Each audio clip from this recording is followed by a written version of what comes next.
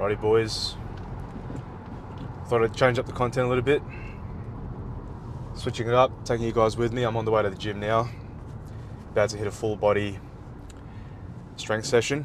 I've recently switched it up. I used to do the push-pull leg split, so I'll train 3 times a week. Maybe on a Monday I'll do, say, anything that's like push related, so chest, triceps, all that sort of stuff. And then for pull I'd do back, rows and pull-ups and all that kind of stuff. And then you got your legs, just mainly legs focused. So I did that for a bit, but I thought, you know what, I'm someone who likes to do things minimal. I want to be efficient. I want to get the most bang for my buck. And what's been making a lot of sense to me lately is full body training. Obviously, there's moments where you're going to be pressed for time, and you want to be able to get a solid workout in without feeling like, you haven't left everything out on the table. And that's why I've been hitting the full body splits lately, just to be able to target the whole body and not feel like I didn't get much out of it. So, but I guess the main reason I wanted to take you guys on this cruise with me is, just to rattle off a couple of ideas, a couple of thoughts that I've been thinking about as I'm going through this content creation journey.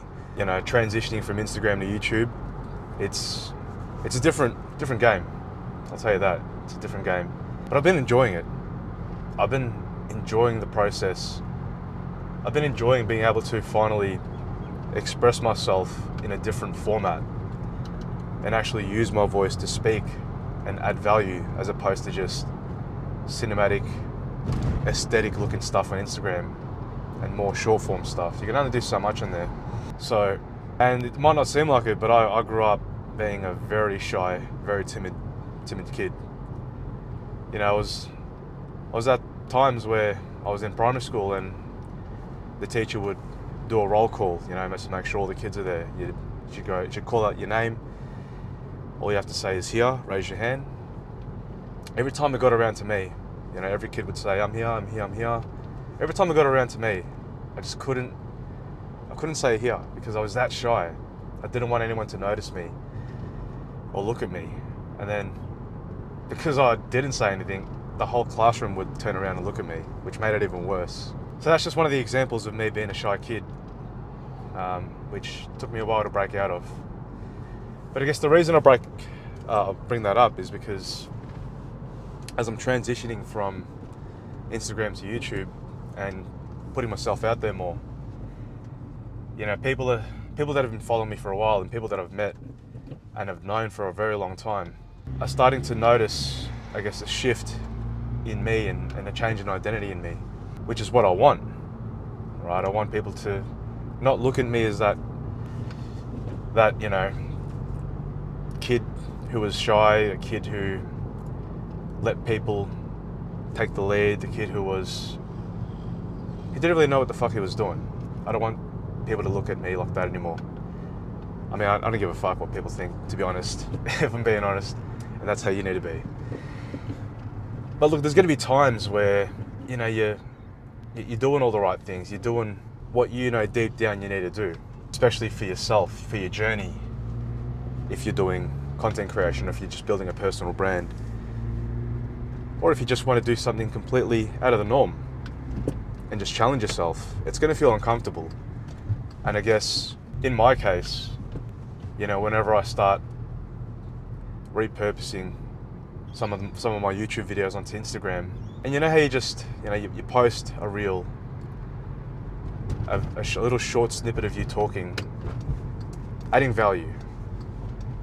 Yeah, you're going to get people, some of the boys, there's some people, women as well, that will support you. I love this content, this, that, good to see you doing this, well said. They give you good support, mad support. But then there's also the other crowd who, it might just be me, but you feel like there's people judging you in a way. Say you'll post up a reel and then you share that to your story, and you know how you can always see who views your stories. And then you've got that certain, not group, but there's like a select or a certain type of person or certain type of people that are watching, and they might not be judging, but it feels like they're the kind of people to judge. Those people, I don't know, for me, it almost kind of makes me feel like a bit of an imposter. You know, you get that imposter syndrome where it's just like you're trying to make that transition to a new person, new identity, but then there's a certain group of people that they're not really necessarily doing anything. It's just that because you know what they're like, you feel like they're judging you in a way, and then you feel like you get a little bit of that imposter syndrome. It's like, who do I think I am? What am I doing? Yeah, so I mean, that's something I've been thinking about. It's not getting me down, don't get me wrong. It's just that voice in your head. It's just always going to be there thinking, fuck, I'm actually, you know, am I who I say I am? I mean, I might be rattling off. Some of this might not make any sense to you guys, but I guess what I'm trying to say is, at the end of the day, people are going to judge you regardless. Doesn't matter who they are. Everyone's going to have their own opinions. But what the fuck is an opinion? Just think about that. Opinion is just someone's thoughts, their own thoughts. That shouldn't affect you. And I guess once I realized that thoughts are just thoughts, it shouldn't really dictate how you live or how you feel. Doesn't mean shit, because at the end of the day, death is certain.